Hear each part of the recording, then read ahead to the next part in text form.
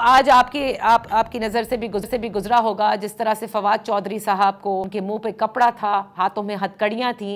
ये जो मामलात हैं ये मुनीर से क्या हुए, क्योंकि इन्होंने तो तहरीक-ए इंसाफ छोड़ दी थी, तो इनके साथ ये इस कदर सख्ती क्यों नजर आ रही है? देखिए, मुझे तो हैरान हुई ये सुन के कि उनके भाई ने भी ट्वीट किया और कहा कि जब वो सुबह अपना नाश्ता कर रहे थे तो तब लोग आए और वो प्लेन क्लोथ्स में थे और उन्होंने उनको अरेस्ट वारंट नहीं दिखाया और उनको अपने घर से उठा के ले गए। तो अगर बड़े सियासतदानों के साथ ये हो रहा है कि बगैर किसी अरेस्ट वारंट के, बगैर किसी वजूहात के प्लेन क्लोथ्स में लोग आ जाते हैं और उनको ले जाते हैं, फिर उनकी फैमिलीज जाती हैं और उन ढूंढने की कोशिश करती हैं उनको, तो वो किसी भी थाने में उनको अवेलेबल नहीं करते। तो आप बाकी मुल्क का सोच लें, बाकी लोगों का सोच लें कि दूर दराज इलाकों के अंदर, बलूचिस्तान के अंदर, सिंध के अंदर, केपी में क्या हो रहा होगा लोगों का हाल। तो देखिए, ये स्टेट ऑफ अफेयर्स है जहाँ पे बिल्कुल there is a complete breakdown of rule of law. और ये तो नहीं हो सकता कि आप किसी के भी घर के अंदर चले जाएं, चाहे वो सियासतदान हो, चाहे वो कारकुन हो, और आप किसी को भी उठा लें बगैर किसी अरेस्ट वारंट के। ये कौन सा कानून आपको इजाजत देता है? और ये फेडरल कैपिटल में आप कर रहे हैं। पहले तो आप तुर्बत में करते रहे, ग्वादर में करते रहे और लोग चीखे मारते रहे, मुजाहरे करते रहे और पता ना चला।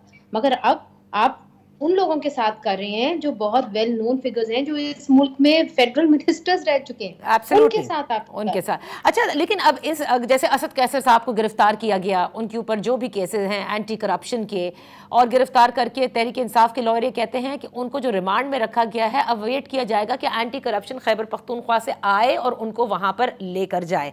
तो जब अब नवाज शरीफ साहब भी वापस आ गए हैं और एक तासुर सा ये डेवलप है कि नवाज शरीफ साहब प्रॉबली मेजर स्टेक्स लेने में कामयाब हो जाएंगे इलेक्शन में, तो फिर अब क्या खौफ है? तहरीक इंसाफ के बेशतर लोग तो जा चुके हैं, वो दूसरी जमातों के अंदर हैं या सियासत छोड़ चुके हैं, लेकिन इन गिरफ्तारियों से ऐसा लगता है कि all is not well and all is not in control. देखिए, खौफ की कोई जस्टिफिकेशन तो नहीं होती, मगर जिस तरह आप देखें फवाद चौधरी साहब, वो तो ओपनली ये बात करते थे ना कि जी मैं तो अभी भी दिल से तहरीक इंसाफ के साथ हूँ। तो शायद ये बात उनको नहीं अच्छी लगी और वो ये नहीं समझते कि जिस तरीके से अब वो ये चाहते हैं कि लोग अगर मुंह से कह रहे हैं तो दिल से भी माने। तो यही एक वजह है शायद कि उनको लिया गया हो। और नादिया, मैं आपको एक बात भी बताऊं, और ये बात अब शायद हम लोगों को कर देनी चाहिए कि एक असूल होता है कि जब आप किसी के दोस्त हों और फिर उसके दुश्मन बन जाएं तो वहां पे ज्यादा एक तलखी पैदा हो जाती है। मगर कभी अगर आप उसके दोस्त है ही नहीं तो वो तलखी फिर उस किस्म की नहीं होती। तो इस सूरत हाल में हमारी सियासी पार्टियों को देखना चाहिए कि जो आज उनके साथ हाथ मिला रही हैं, कि कल जो इंजाम है होगा वो पीटीआई वाला ही होगा जो आज हो रहा है। सही। तो ये देखना है। दूसरा ये है कि जहां मियां नवाज शरीफ साहब का सवाल है, मैं बड़ी अनक्लियर हूँ क्योंकि अभी तक तो वो नाअहल हैं, अदालतों ने तो उनको अहल नहीं किया और उनके खिलाफ जो केसेस हैं वो अपनी जगह हैं।